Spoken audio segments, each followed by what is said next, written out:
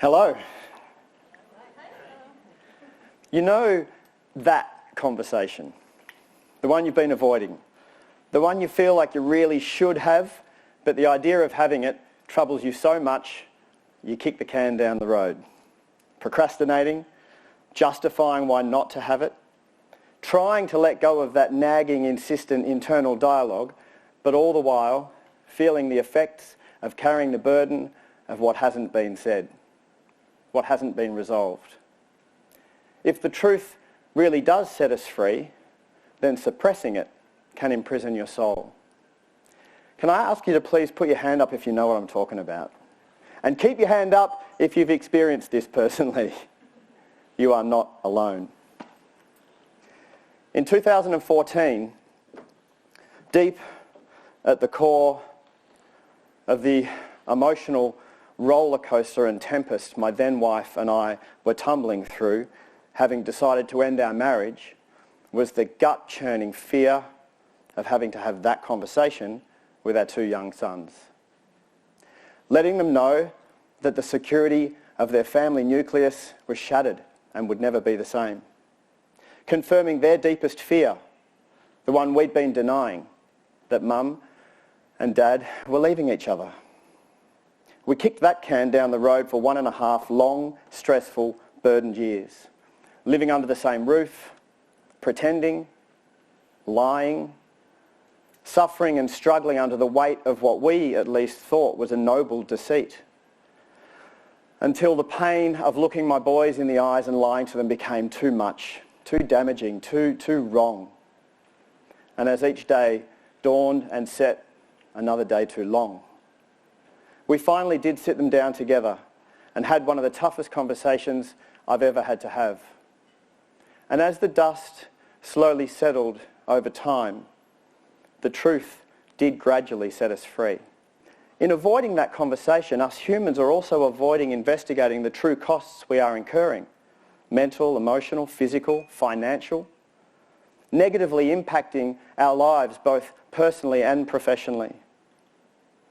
After more than 10,000 hours of coaching leaders on how to communicate more consciously and create workplace environments where people can flourish and thrive together, it has become more and more clear the costs of not having the tougher conversations. Negatively impacting seemingly trivial measurables like engagement, morale, alignment, but then productivity and turnover. What lies beneath these too easily dismissible pain points are real people living less than desirable lives, both emotionally and psychologically. Let's look at turnover alone and imagine a company with 100 employees. According to the Australian HR Institute, the average turnover in the private sector in 2023 was 18%. The Australian Bureau of Statistics in 2024 reported an average earning in the same sector of $1,923 per person per week, approximately $100,000 a year. The conservative estimated cost of replacing an employee is 1.5 times their salary. In fact, others will argue it's closer to 2.5 times. Based on this data, turnover is costing this example company of only 100 people $2.7 million every year. A large percentage of this attrition is attributed to things like perceived lack of career growth opportunity, poor leadership, poor communication, and poor culture, all of which can be mitigated by having honest conversations early on in the right ways.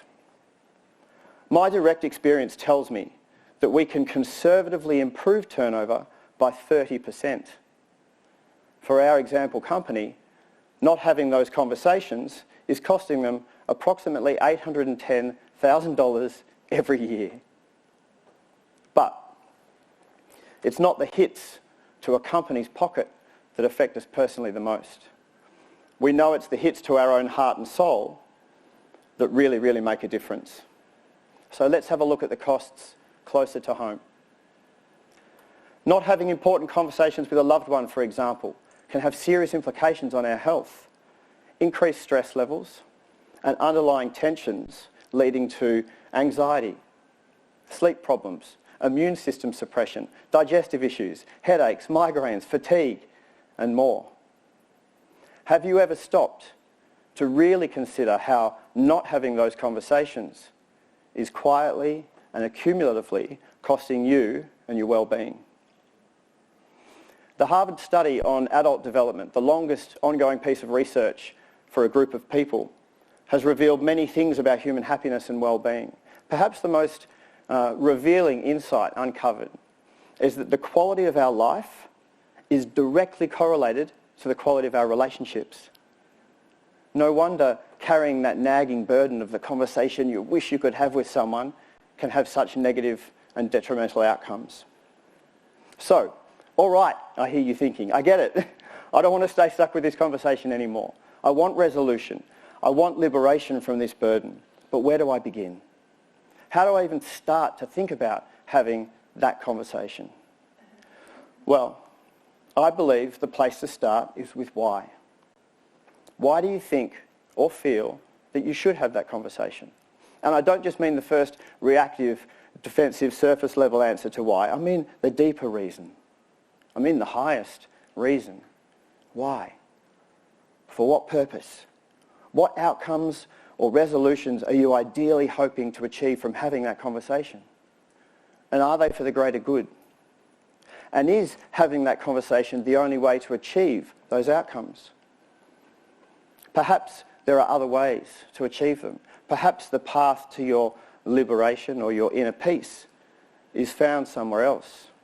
Or, if having the conversation is the best way forward, then starting by sharing the higher purpose with the person you're communicating with up front is a great place to start. I was coaching a man once who told me he'd been avoiding a particular conversation with his mum for more than 30 years. He said, "It just won't go well. She'll get defensive. The rift between us will grow bigger. It's just better for me to hold on to the resentment and just be okay with feeling stuck with it." I asked him, "What is it that you would want to say to your mum?" And he said, "I want to tell her the way she treated me when I was little was terrible and has had long-lasting negative impacts on me." I asked him, "Why do you want to tell her that?" He said, "Well, because then she can admit fault and apologise." And I said, "And why do you want that?" And he said, "Well, because then I can forgive her and stop feeling resentment." And I asked him again, "And what would that give you?" And he said, "Well, then I could be at peace when I'm with her and we could enjoy what time we've got left together, loving each other unconditionally." And I said to him, "So perhaps the highest reason why to have that conversation is inner peace and for you to love her unconditionally." He paused and then realised and said, "Yeah, I guess that is ultimately what I want." Then I asked him, "Do you think it might be possible to come to a place of inner peace prior to having that conversation?" He said, "Yeah, I guess it's possible. And that's what unconditional love is, right?"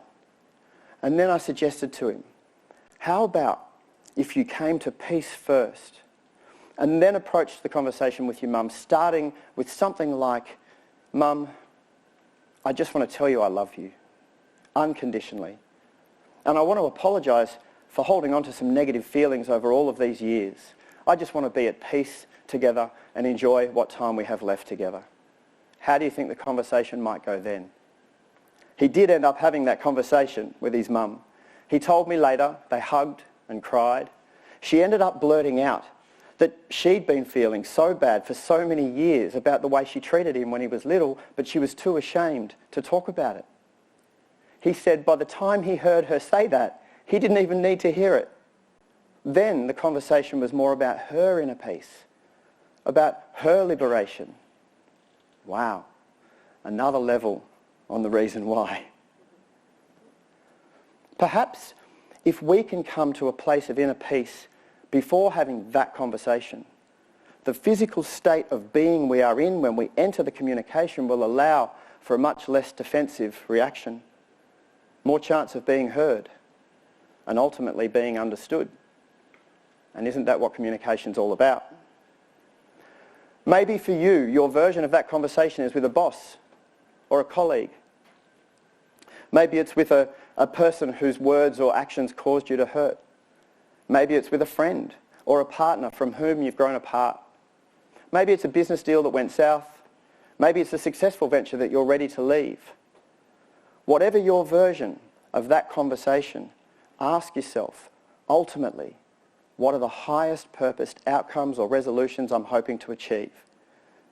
Becoming clear on this question is the first place to start. Okay, so now you know why you're having the conversation and you know how to start the conversation. The next question to ask yourself is when? And the short answer is SRTL, sooner rather than later. Life and its length are uncertain, and it is possible to miss the conversation boat.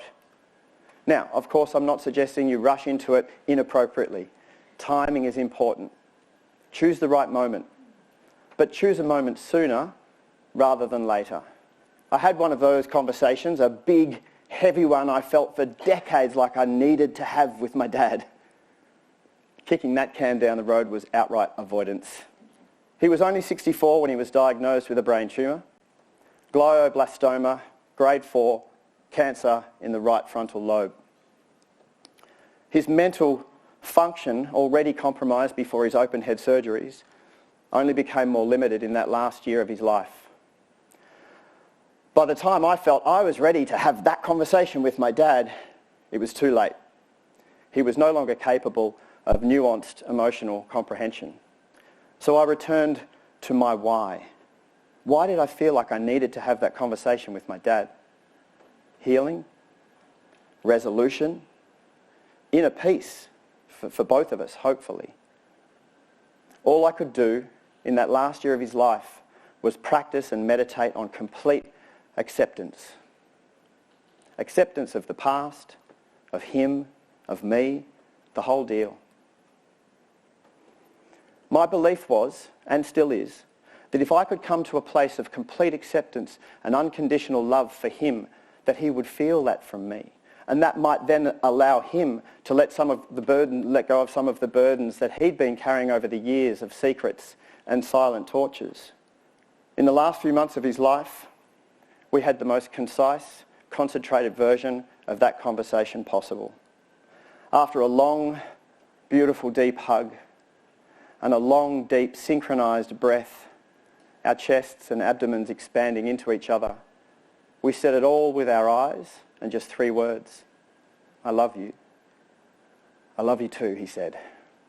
And we were free. The more I talk about the topic of that conversation, the more I realise that it's most of us that experience it in some way. And the more I see how not having that conversation can lead to negative impacts on us personally and our life, subsequently affecting those around us.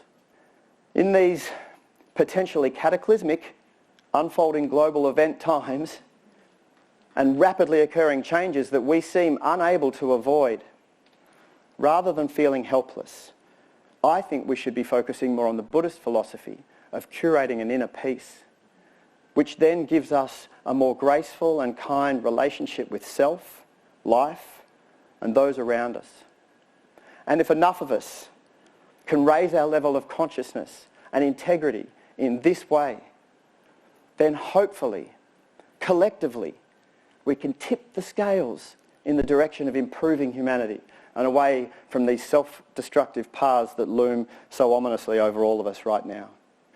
A very dear friend of mine in a small Himalayan village in the mountains of India says to me, "Keep it simple, brother." And there is so much wisdom in these words. So keep your life simple, honest, and clear by gently having that conversation when needed. This is something we can do, something we can control. And so let's see if together, hopefully, we can allow our ripples to become waves, and we can positively influence these big tides of change by not waiting any longer to have that conversation. Thank you.